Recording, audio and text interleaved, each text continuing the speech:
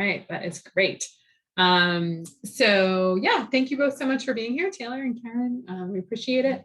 So today's session is on sort of crisis fundraising. So we wanted to go through a few slides on what we learned in the pandemic, and then talk a little bit about crisis preparedness. And so before we jump into this, I'm curious, Karen, Taylor, what you saw at your organizations, and maybe, is there something that you would be most interested for us to talk about today? What kind of brings you to today's session? I can go first if you like. Yeah. I support a media collaborative of 32 organizations, 26 of which are news organizations across New York and Michigan, covering caregiving for older adults, responses to problems, challenges facing caregivers of older adults. So it's solutions journalism based. And obviously it was a big flurry of activity between covering the pandemic and dealing with the election and fallout from the election, et cetera. And so part of it is how do you find time for fundraising when you have so many other things going on, especially in the news business where everything seems to be urgent. And also from a caregiving perspective, the pandemic exacerbated the issues facing caregivers, and there's a national conversation, as you probably know, going on in Washington about what's going to be included in the infrastructure bill. So there are opportunities for us to perform an even greater service as a result. And so that is now factoring into the development of a sustainability plan so that the collaborative can continue to serve for many years to come. So I was hoping to pick up some tips that might be useful to the collaborative as we move forward. Okay, awesome. That sounds like a really interesting structure. It's very different, very unusual. Thanks for sharing. You're welcome. Yeah. And Taylor, how about you? Absolutely. Anything in particular you want to chat about? Well, I was first just excited to see you. And then what I recognized was that it's always good to have a crisis plan. Although I'm 90 days in here with the Aldea Foundation, I'm just like, it's always best to prepare for the worst. So it's just like, let me just come and make sure that I have a crisis fundraising plan. And then not that there has been any crises over the past 90 days that I've been here, but you never know. So I'm more on the role of preparing. Okay, awesome. Hi, Meg. Maybe we could just give it one more minute. And Meg, if you, since we're a pretty small group, I was just asking Karen and Taylor to sort of introduce themselves. And then today's session is about crisis fundraising, sort of what we learned in this pandemic and how to prepare moving forward. So if there's anything that you would love to make sure we talk about today, or anything you're most interested in, if you'd like to share that. Thank you. Hi. Yeah. One question that I do have is I most recently was in a newsroom, kind of a more legacy newsroom, nonprofit. But I'm wondering too how you're thinking about crisis fundraising in terms of supporting newsrooms in which the crisis is causing them to spend their money differently. And I'm wondering, sometimes that might be as broad as we're all in a pandemic. It might be something more specific to the newsroom or to the organization. And I am curious about that piece of crisis fundraising as well. Okay, awesome. All right, so let's make sure we get to that. Great ideas all around. Okay, so we can get started. Jeremy, do you mind flipping to the next screen? We'll go from there. Great. So again, my name is Teresa Linker. I've been with Schultz & Williams since 2013, and I have 20 years of experience in fundraising across a wide range of sectors. We've been really fortunate to work with the News Philanthropy Network previously on training for news organizations across the country, and that's been amazing work that we've really enjoyed as well. And I am joined today by my colleague, and I will let him introduce himself. Hi, everyone. I'm Jeremy Hidalgo. I'm a project manager with Schultz & Williams. I have been lucky to be working with Schultz & Williams since the beginning or earlier this year. I have about 5 years experience in the development sphere, specifically more in data and how it is used in nonprofits. But I'm happy to be part of this session. I'm happy to be working with all of you as well. Awesome. Okay, so I thought we'd try to cover three things today. Donor response in 2020 and 2021, right? So what did we learn and what did this look like? How do we move forward with new donors? If your organizations or anything like some others this past year, they had really an influx of new donors, first-time givers to the organization. And we've been doing a lot of work around how do we turn these first-time givers into long-time donors, right? How do we build those relationships? And then in terms of crisis preparation, right? How do we plan for the next disruption? And Meg, I think we can get to your question about, how do we communicate some of those things, and Taylor, just your overall interest in having a crisis plan as well. So first, nonprofits meet the needs of a crisis every day, right? There is some mission and some crisis that every single organization is meeting.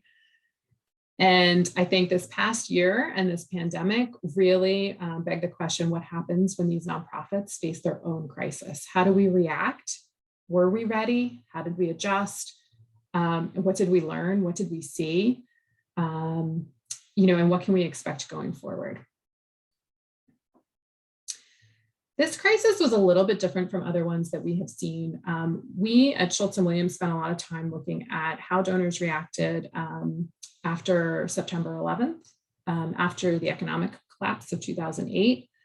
We saw some similarities, but we also saw a lot of differences. I think, Karen, you touched on this in the beginning, which was we had a lot more things. We had an international health pandemic, which would have been enough. That would have been plenty.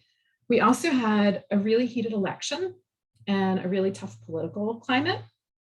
And then we had this social justice sort of reckoning that has taken place over the last 18 months. And so I know lots of different people are talking about this, but it did really feel like there was much more to it, and really a challenging time. And those things were not in place when we had, the uncertainty and the economic changes that followed the 9/11 attacks, or that followed that economic collapse in 2008. So whereas both of those were primarily economic, these had a lot more emotional, physical health, mental health, a lot more components to it. This time around, we saw a couple things. First, we saw a temporary fundraising pause. So most places took a break from asking people for a mid-level or a major gift, anything sort of above and beyond annual fund. We saw that pretty much immediately, I would say March through May of 2020, and then started to resume in the summer. I think we had some organizations that really held off and said, well, we won't ask again until the fall. But there was really this pause in major gift fundraising, or in larger gift fundraising. Stewardship reigned. So all of a sudden, like, our stewardship officers and our donor relations plans were the most popular and the most needed, right? We reached out, we tried all new ways of connecting with our donors, to do everything but ask, right? To check in, to see how they were. Then as we sort of came out of it, we saw that our bigger fundraising initiatives, large capital campaigns, endowment campaigns, larger initiatives that required the support of major gifts really held strong. We had so many organizations who started one or continued with one, throughout 2020. A big part of that is that, following an initial uncertainty, the economy performed very well. And when people are making those lifetime or major gifts to a campaign or a significant fundraising efforts, they're making those decisions from assets. And when assets were doing really well, they felt more confident about it. Community mattered. I'm sure this is something that you all saw. People really wanted to give locally. They wanted to be able to support their community, and they wanted to have an impact at home. And then potentially one of the biggest, we saw such differences across different sectors, right? So healthcare and human services fared really, really well. Anything about equality, social justice fared really well. Arts and culture was, at some points during 2020 sort of decimated. It was so tough. And we saw the closures of so many really valuable, really important organizations. So some of those things were really tough to see as well.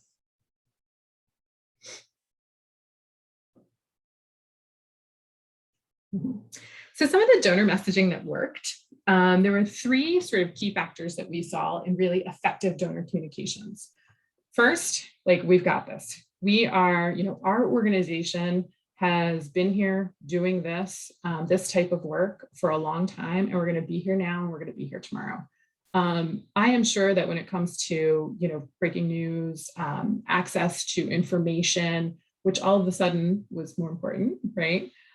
Your organization is an expert in your field. You know what you're doing. You've been there to serve the community in that way for a long time, or for 90 days, Taylor. For some of these startup organizations, it might be new, but you're still, you have the expertise to do it. Second, most organizations were doing more than they ever were before. So demand for the services increased. And this is not just, health pandemic related, but also access to obviously accurate news, information around voting, information around elections, information around social justice and equality, access. All of that was very important. And people needed the information in a new way.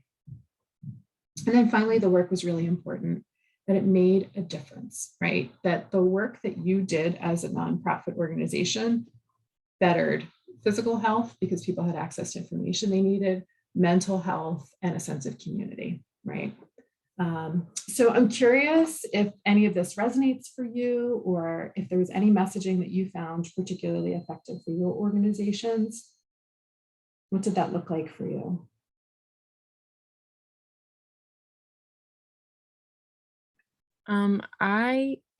Karen, why don't you go first? Yeah. Well, I was just going to say that the fact that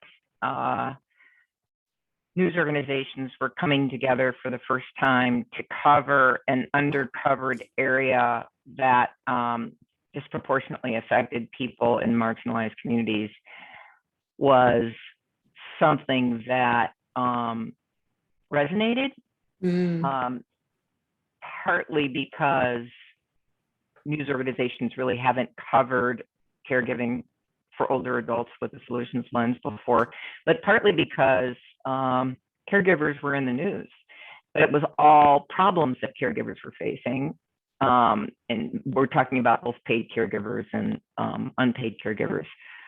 And so the news of the day was, I think, helping to elevate our message in a sense, and elevated the importance of the topics that we were covering, and continue to cover.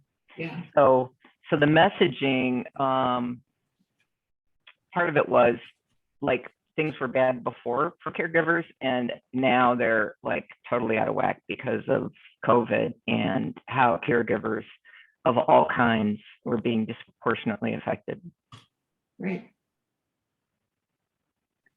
I didn't have a comment in terms of messaging because I'm a college student, so I was not really working on the promo, but I'm curious as to when sort of determining these three messages that sort of worked, were organizations doing them like in tandem, like sending out multiple messages, or was it like really like focused campaigns on like one specific thing, like this is what we're doing? Like, was it a mixed message or like one singular? It's a great question too. It's very integrated. So it's really like all of your communication should touch on all three of these. Yeah. Yeah, I was also thinking of that just because in terms of, you said, you referenced like, our organizations have been here for a while and have been doing this work and will continue. But I'm thinking about newer organizations and how like using that aspect of the messaging might not be as useful if we've only been around for a couple of years, but yeah. I think it's definitely interesting to think about. So thank you. Yeah, sure. My pleasure. Okay. Hi, Jane. Welcome. I think like more recently, I don't know if it's our messaging, is just because I don't know if it's our messaging or is it just because of our mission. For us, it's I believe it's more mission. So all of our message finds is directly related to diversity, equity, and inclusion. So that's what I believe has put us at the as a rising leader in the work. And since we're also startup, it also puts us in a unique position because we are what's innovative, right, is that we're preparing individuals to go into journalism and media. And the individuals are individuals who come from multicultural and bilingual backgrounds. So we're rooted in diversity, equity, and inclusion, which makes us substantially different than what was previously formed prior to COVID, Black Lives Matter, and other organizations. That's great. All right. So let's take a look at how people responded. So first of all, total giving was increased, primarily from individuals and foundations. There was a 16.6 increase in 2020. Giving in 2020 was obviously, with that increase, the highest out of the past 5 calendar years. The largest increase was in annual fund donors, so people giving less than $250, and that saw an increase alone of 15%, right? We also had an interesting sort of, I would say, like adjacent change, which is bequests increased, and there was much more donor interest in planned giving. I think as people started to think about legacy and sort of had the time to think about giving and what their impact might be, they naturally thought of planned giving. And then of course, just more requests were realized. So donor retention rates, right? So year over year, if they gave in 2019, did they give again in 2020? So retention rates were 43.6, and this is across all sectors on an average, which actually indicates a just over a 4% drop from 2019. And it was primarily due to a drop in the new donor retention rate. So someone gave to charity A in 2019, and they did not give to that same organization in 2020. So I think, right now we're seeing a huge transition in employment, right? I think in the past year, we saw a huge transition in donor priority. So people gave to things that they had never given to before. And we had lots of new or first-time donors to different organizations. So how are those new donors performing? So this is still early because we really usually look at that over a 3 or a 5 year trend, and we just haven't had that amount of time yet. But it does show that new donor retention, so people who gave in 2020, giving again in 2021, rates are down to 14.2%, down from the typical 22%. So people gave to a new charity for the first time. They're not necessarily giving again in 2021. Of course, we are just coming into calendar year end, so we'll see how this goes. I think we're all really anxious to see by spring 2022 what these numbers look like and what the data shows. But it's a good sort of reality check, I think, for us all as fundraisers to understand that despite our absolute best efforts, the fact is the new donors who came to our organizations for the first time in 2020 may not stay with the organization. So it doesn't mean all is lost. We'll talk about some steps specifically to help build relationships with them and really identify best prospects. But it is indicative that this was a very unusual time for philanthropy and just really atypical. People behaved atypically. They gave to something for the first time in a new way and may not do it again. So moving forward, what we're going to talk about next is really how do we create a strong, compelling message to all donors. I think the name of this session was something like, the crisis is over. I'm not sure I would say that it's over. I feel like we're in the next phase of it, maybe like 3rd or 4th phase of it. But there certainly is a different type of messaging that we are seeing being effective with donors now than what it was in, let's say, spring of 2020 or even this time last year. So strong, compelling message to all donors, using data to really find who are your best prospects and how can you prioritize some of those donors for more personalized engagement, and then building a relationship with just a select few. We have one organization that had come to us and really wanted really deep retention, right? So they're looking at all these first-time new donors. They feel like this was our ice bucket challenge. We have all these people who gave to us for the first time. How do we keep them all?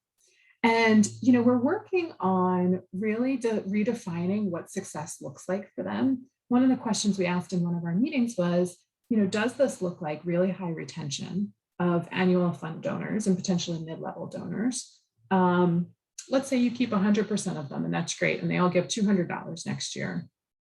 Is it just as successful if out of that new donor group, you find 10 who can give you $1 million? Right? So what does success look like? It may not look like a huge retention rate of all your annual fund, all your new first-time donors. There's a lot of different ways that you can slice that. Okay, so 3 main steps to deeper engagement with these new donors. First is the messaging. Second is using the data that you have to identify your best prospects out of those new donors. And then third is trying to identify who you can build mid-level and major gift relationships with.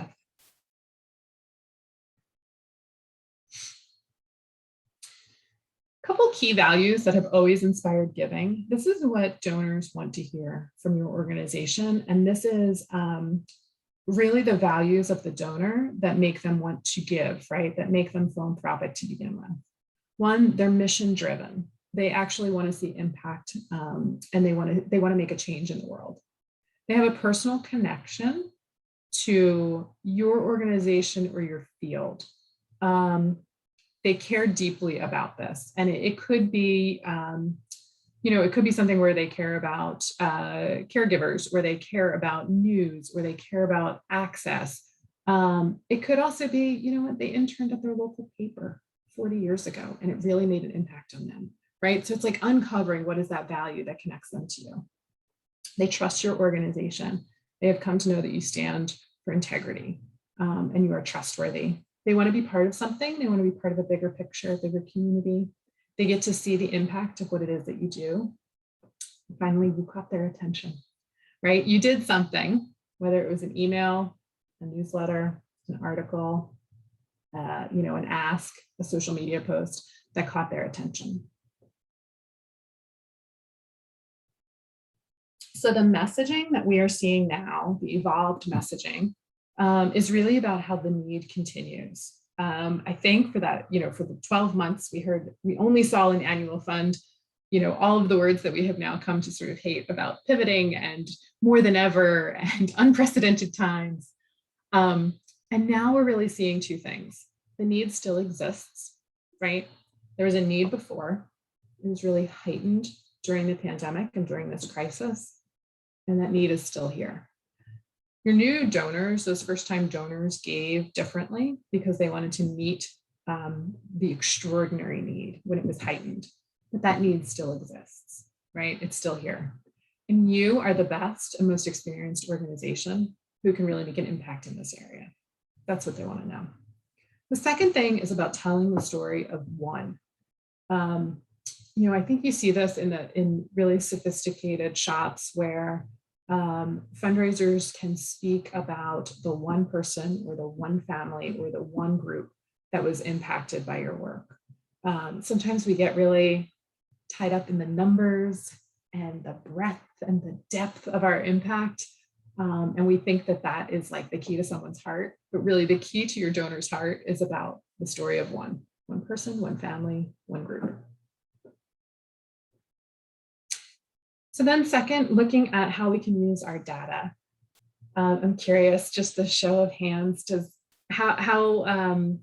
anybody have a person on staff totally dedicated to database management, donor database management? All right, okay. And let's say scale of 1 to 5, and we can do the hand test. On a scale of 1 to 5, how satisfied are you with the data you have and its ability to inform fundraising? 5 being the best. Can you get what you need? Is it telling you who to focus on? 2, okay. Meg, how about you? Well, I worked in the newsroom, so we didn't have access to that specific data, but right. It's sort of a tough cross section. Yeah, that is. Okay, that makes sense. So a couple of things, I'll just pull out a couple highlights that may help. Internally, with the information that you already have on file from your donors, you want to look at what's called RFM, recency, frequency, and the monetary value. We saw this a lot with the first-time donors. So they gave for the first time in 2020. Many of them made a repeat gift, and that's who you want to look for. You want to look for the person who gave you $100 and then, at year end sent you $250, or gave 3 times over the course of the last 18 months, right?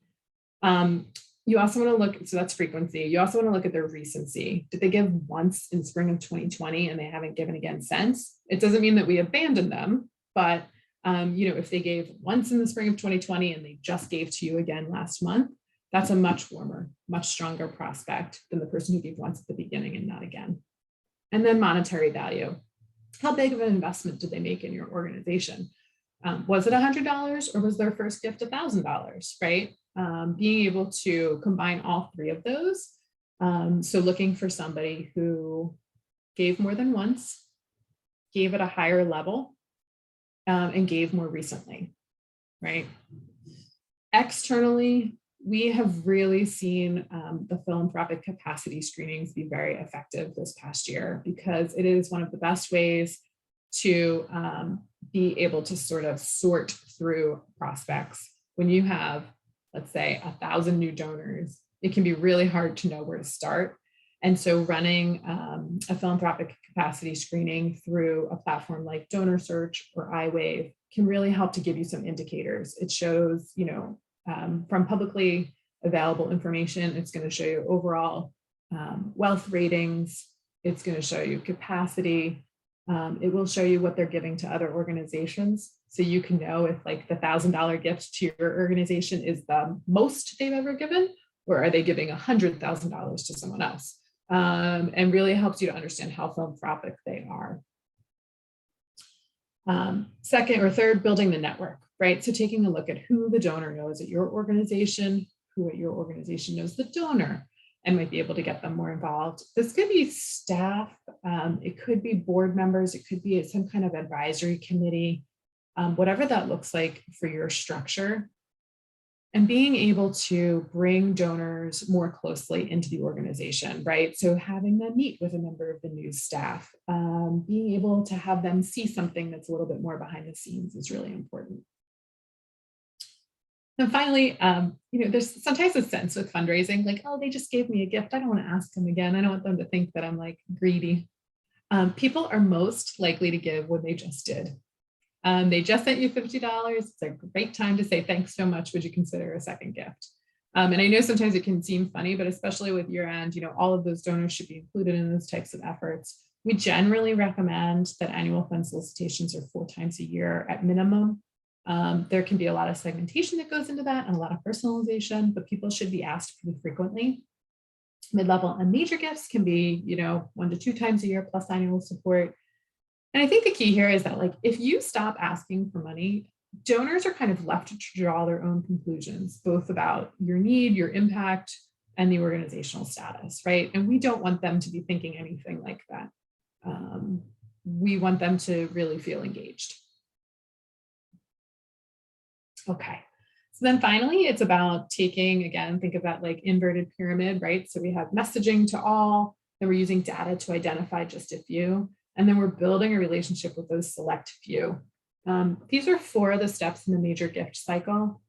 Qualification, so confirming what we know about them, cultivating them, building that relationship more deeply, which could be, a 12 to 18 month process, actually asking for the gift, and then stewarding, acknowledging their gift.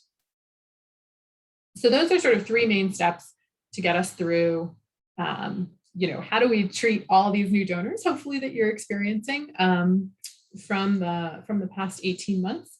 And now let's move a little bit into crisis preparedness, being prepared for the next disruption.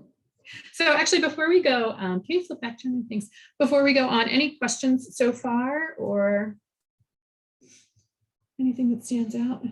I have a question. So, Sure. So right now, our focus really is on grants from foundations as opposed to individual donors.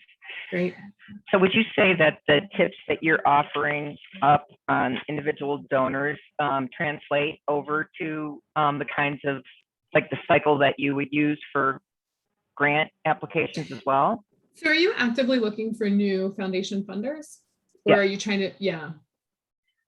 Well, we're talking to our primary funder about extending the grant. And then we're also cultivating some smaller donations from other local foundations. That's a great question. I think of a foundation donor a little bit more like a major gift donor. So I think, we have seen so much more about communicating the impact. I think like it's just deeper and deeper with the impact reports. So many of our foundation funders, and tell me if this was your experience, but we just saw so many organizations, like the foundations would say, we're not supporting anyone new. We are just going to support the ones we already have at a higher level. And that was really, I would say, the first 6 to 8 months of the pandemic. And then I think that kind of shifted a little bit. Like I think 2021, we saw foundation funders open the doors again a little bit more. So in the first part, it was like everybody just wanted to go much deeper. Like they really wanted to know, they wanted more stewardship, more phone calls to the funder. This is what's happening at our organization now. This is how we're adjusting and handling this crisis. And now as we look, it's funny, one of the first things that came to mind when you were saying, like, is this the same messaging? We're seeing a lot of like foundation funders that are all sort of talking amongst themselves and recommending organizations. And I don't know if that's something that's relevant for your work, but it's almost like when you get into one, it's opening the doors for many more. And also like the rise of the community foundation support, which I know you said some smaller foundations, and I wonder if community foundations are on there. All of the donors who have a donor advised fund at the community foundation, plus the community foundation's own priorities. I would say most community foundations that we work with are giving to health, but now because of everything in the past 18 months, they're also giving to equality, inclusion, diversity. I really feel like a lot of news can fall into that as well. And so Karen, I kind of feel like you're right in between the two, where it's like, health and access and, sort of equity.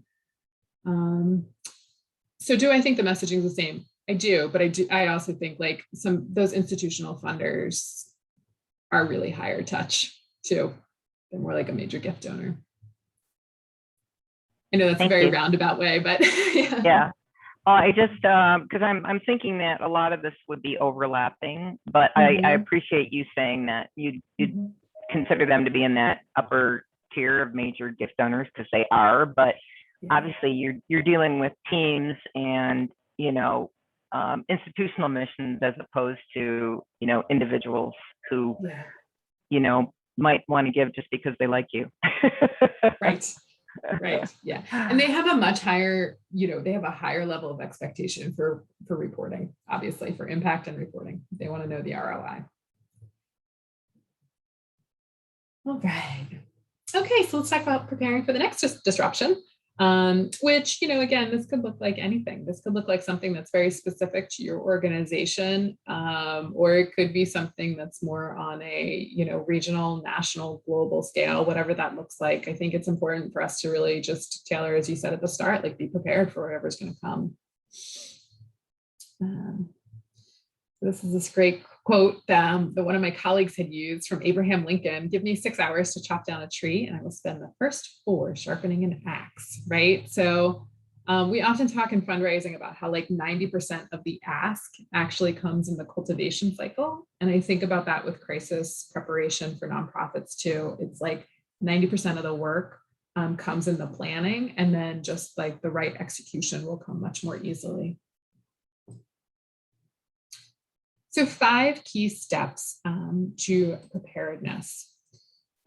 First, being able to build a team, right? Well ahead of time, identifying who's going to be on that team and what role each person is going to play.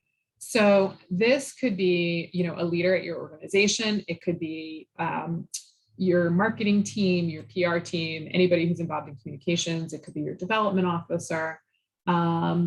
It really depends. And I think a big part of setting this is who's your audience? Who are the people that you're going to need to speak with, right? So let's say you identify your stakeholders as your donors, all institutional funders,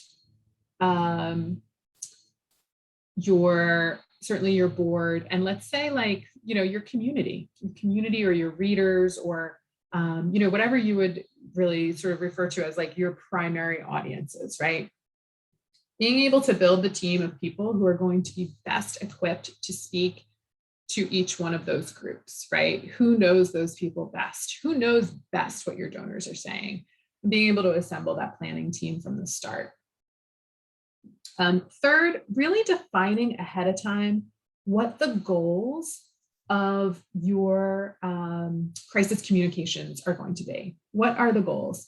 So you want to be able to lay out a timeline, and you really want to be able to determine ahead of time, like, why are we communicating this, right? So one of the goals might be really clear transparency. These are our donors, and we want them to feel so engaged with our organization that they know exactly what we're experiencing as soon as we're experiencing it.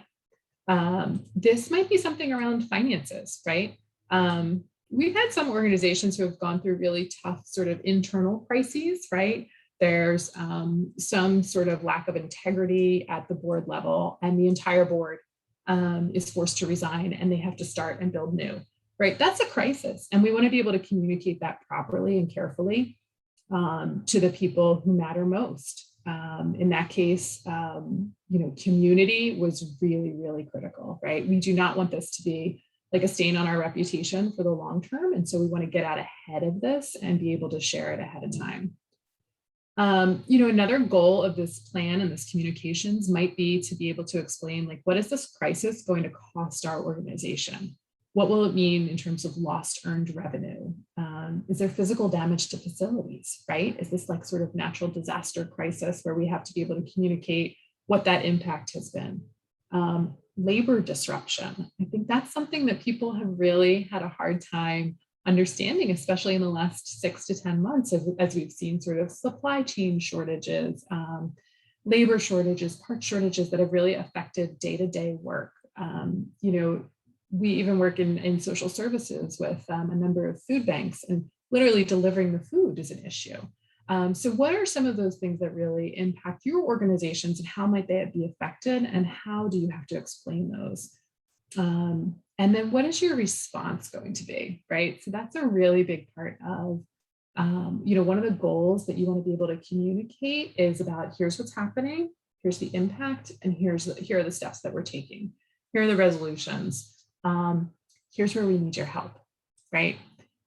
We need your patience, we need your understanding, we need financial support because we don't have a building anymore, or, there's been really irreparable damage done, and we're going to need to rebuild, or our entire website is down and we need to, be able to build that back up. So you want to be able to identify those goals ahead of time, and then have a timeline for how that communication is going to work. I think there's also a key here to not being too reactive, and you should have some blocks in place.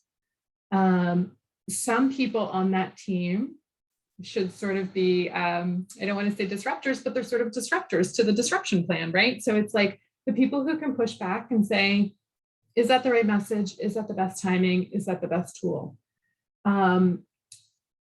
I think it's always just good to have somebody who's sort of a check and balance to say, like, is that the right avenue?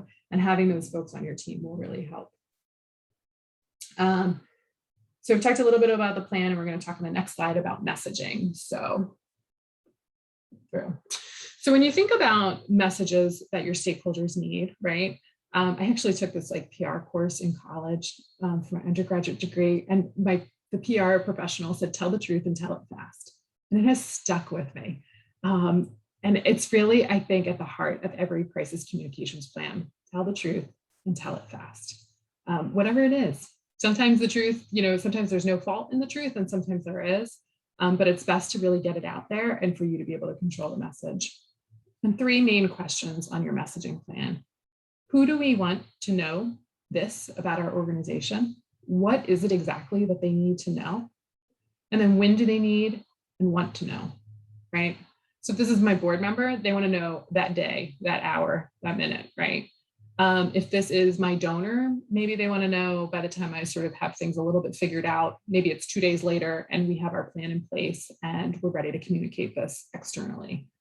If it's an annual fund donor, maybe they want to know 2 weeks from now when we're a little further along in the solution, right?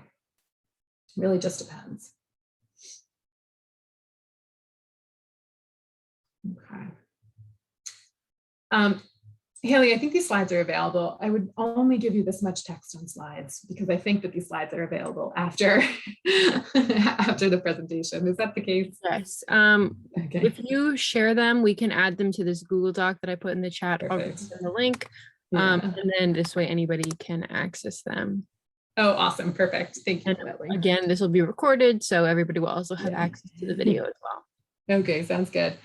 So we have this checklist at Schultz & Williams, and I think this is also available in a white paper on our website. But there's 2 parts to it that I wanted to share today. Part 1 is really about gift entry and acknowledgement, and this is literally how you keep your fundraising running, and how you plan to keep it running, you know, when there is some type of disruption, right? So having a crisis plan for operations. We saw so many organizations who had to tackle this in the past year. Online giving was I think it was like an increase of like 10 to 15% in the past year and a half. But there were still checks coming in by mail. And we had so many people who suddenly couldn't go to the office to collect that mail. And it's like, where is all of this? Where are all these gifts? And how do we make sure that we're doing this properly? And if we can't work from the office, right? Having a plan for all of that in place will really make a big difference, right? So first, who determines that you're in a crisis and who determines that it's time to enact this is important. And what other resources can be called in to help? Keeping the database really healthy and strong, duplicate free, being able to lean on that information in times of trouble is really important.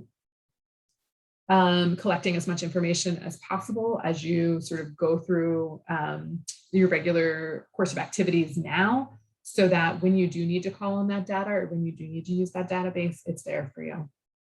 Having those gift processing and acknowledgement practices already in place will make a big difference. And I think, again, this is something that we're like, okay, great, we learned this in the past year and a half. How do we do this differently next time? Well, we're going to, you know, shift all of our mail to a PO box, and then the person has remote access to, you know, our database to enter all those gifts. Or we're only going to accept online donations, right? That could be another solution. Prioritize opening the mail, which sounds silly, but if you're accepting donations by mail, that really needs to be a top priority. And then, you know, this last bullet here, know what to set aside, right? So know what are the things that you can deprioritize. Matching gifts, soft credits. Like, these are things that are great in normal operating environments, but when you don't have the staff, you don't have the resources, or you're operating under sort of crisis mode, they are things that can get bumped to the back burner. Second is really donor communications. So we want to prioritize gift acknowledgements by relationship with the donor and by amount, right? So our mid-level, our major gift donors should be acknowledged more promptly than the annual fund donors if you need to make a choice. It's great if you don't need to make a choice, but part of the plan should be, we're going to prioritize this group of donors. Having frequent and regular internal meetings to understand you know, the impact on finances, impact on revenue, and what we're communicating to donors. Having a plan in place by gift level. And then being able to allocate really staff time and resources to those levels accordingly. Having a digital welcome series in place for all those new donors, right? We had so many organizations who saw that increase in the past year, and the ones who really thrived and are able to retain a higher rate of first-time donors are the ones who had a welcome series in place so that they were like properly onboarded as a donor. Being able to keep internal communications with your team, especially with leadership, informed, and then having the plan and the resources in place to, exactly what we said, qualify these new donors. So how to screen them, how to use your internal and external databases to identify best prospects, and then how to build relationships with them. And then, of course, maintaining perspective, right? So I think, especially in the last year and a half, sometimes it was hard for everyone to see sort of the light at the end of the tunnel, but understanding that we do sort of emerge from each one of these situations in a new way, in a different way. I think we are all different organizations for having gone through it. Being able to keep that long view in sight can help go a long way. So I will close there, and I'm happy to take any other questions. My email address is up on the screen if anybody wants to tackle anything else offline. Any questions or anything you'd like to talk more about?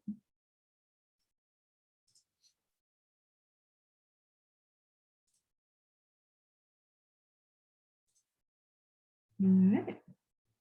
This has been great. Oh, thanks, Taylor. If anybody Yes, thank needs you. a reference in terms of why you should go with Schultz and Williams, no. Taylor and I just finished working on another project. So as soon as I saw her name pop up, I was like, oh, wait, this is fun. She went to a news org. That's great. It's good. They were the ones who taught me about database management, the importance of prospecting, and all of my skills learned from the Schultz and Williams team have transferred over to here, News Guide. So I'll be calling you soon, Teresa. We're excited for you. Well, Taylor, congratulations on your new gig. Thank you. Thank And you. where are you based? I'm in Philadelphia. In Philadelphia, okay. Yeah. So are you part of the Resolve Philly? No, I am with the Aldea Foundation. So Aldea News Inc. is a 30-year-old newspaper and news magazine and digital online content here in Philadelphia. And we just launched the foundation. It was dormant since 2007, but they said, oh man, like it's time to reinvest in it. So within the first 90 days, we set up a board who is, I think, like 60% pledged and or given a contribution. We got a grant from the Lindfest Foundation, and then we, of course, secured the funding from the Aldea News team for the seed funding. So now we're on the next 90 days of finding those individuals. That's great. Well, best of luck with that. Thank you. And Meg, what newsroom are you in? I just left Minnesota Public Radio. So I'm working with Lenfest on this conference and freelancing. Oh, fantastic. Okay, great. Well, it was I know it was a small but mighty group here, and I thought that the information that you shared was really helpful. So I'll be sharing some of the highlights with my colleagues at the Solutions Journalism Network. So thank you very much. Oh, thank you. Hope everyone enjoys the weekend. Happy Friday. Thank you. Right. Thank you to Teresa for the wonderful presentation, and thank you, Jeremy, for helping out. I included screenshots of those 2 slides with like the steps awesome. in Thank the you. Google Doc, but I also put your email as well, Teresa. But if there's any other information you could pass it my way, I'll stick it on the doc. So make sure you attendees bookmark that document. And last but not least, our final session will begin in a little over half hour at 3:30. So make sure you're there, and then that'll wrap up the conference. So thank you to everyone for participating, and thank you again for the wonderful presentation. Sure thing. Okay, bye-bye now. Everyone, have a good day.